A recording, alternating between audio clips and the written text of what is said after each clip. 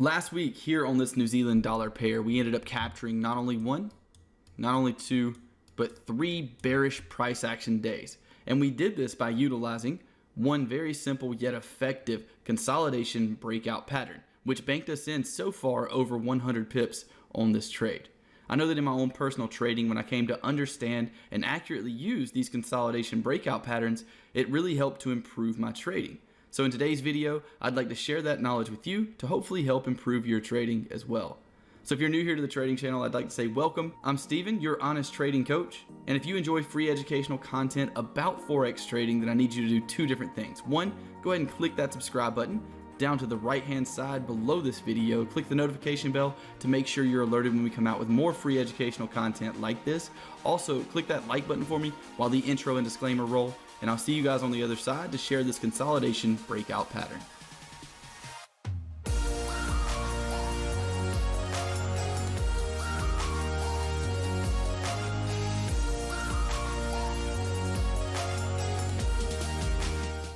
So guys, back here on the New Zealand dollar, here you can see that this is where we ended up placing a trade. This is where we took out our position. Why did we take that position out? Well, it's because of the pattern that we're discussing today, this consolidation breakout pattern.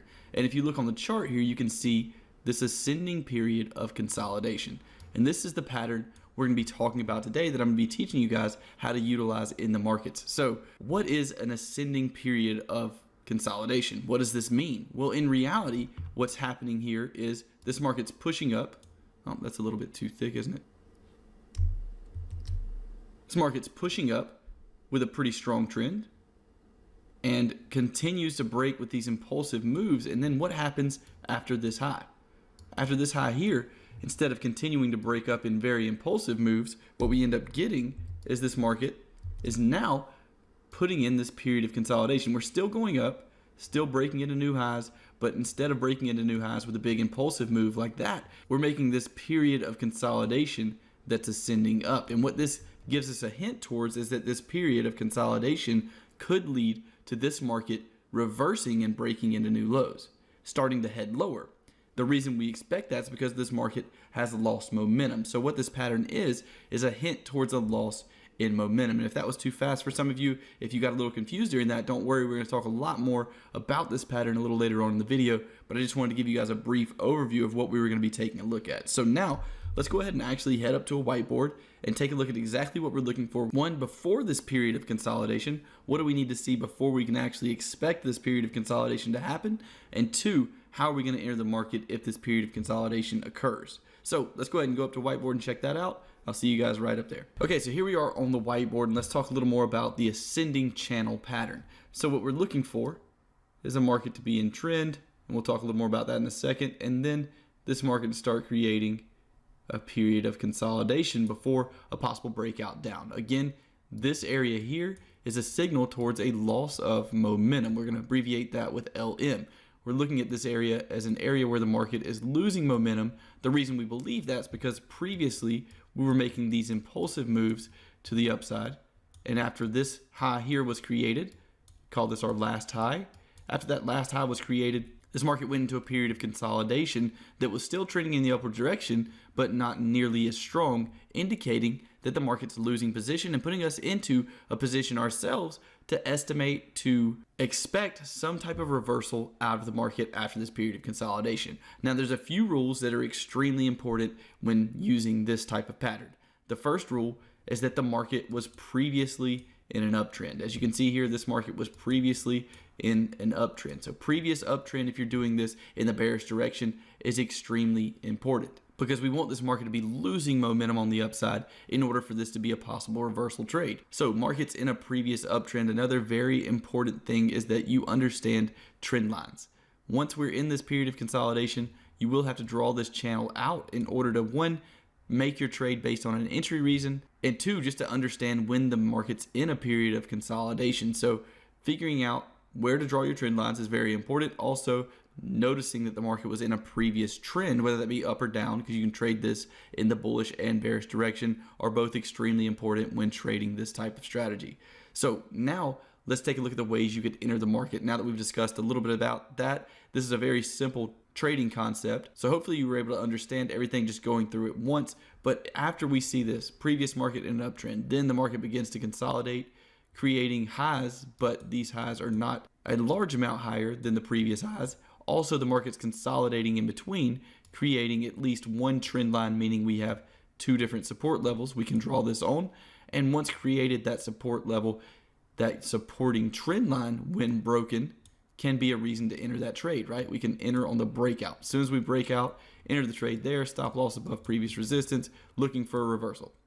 Another way we could do this is waiting on the market to pull back up into the trend line or previous level of structure looking left, and then enter the trade there on a less aggressive approach. Same thing, stop loss above resistance, and then looking for the reversal out of this market. Another way you could trade this is just by aggressively entering, possibly on a candlestick pattern, at the top of that move, at the top of the move of consolidation. So those are a few different ways we can enter the market based around this trading strategy, and that's the things we'd be looking for beforehand when looking at ascending or descending channels in the market. Let's do this one more time based around a downtrend, and then we'll move on to taking a look at this on live price action. So if we were in a downtrend, utilizing the ascending or descending channel, we would be looking for a market that was previously in a downtrend and then begins to consolidate down instead of making impulsive moves. Once we get that period of consolidation down, looking for a reversal out of this market. As you can see, we have impulsive move down, impulsive move down, impulsive move down, and then this market just begins to consolidate down here. Once this consolidation begins, we can wait to draw a possible trend line to create our channel, and then wait for possible entry reasons, either at the bottom here as a very aggressive approach, at the breakout as the secondary aggressive approach, or after a pullback into the channel as a more conservative approach on this type of trading philosophy.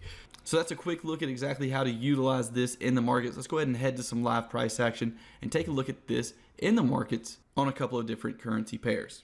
Here on the Aussie dollar, we actually have the opposite situation as the one we were looking at on the New Zealand dollar. What I mean by that is on the New Zealand dollar, we were looking at a market heading up, then creating a period of consolidation with an upward sloping channel and then breaking out to the downside. That was a situation where we were looking for a bearish breakout, looking for the trend to reverse from up to down. Here on the Aussie dollar, we're looking for the opposite of that. We have a market that's been in a downtrend, and since being in this downtrend, we've been creating impulsive moves. This was also a really impulsive move down.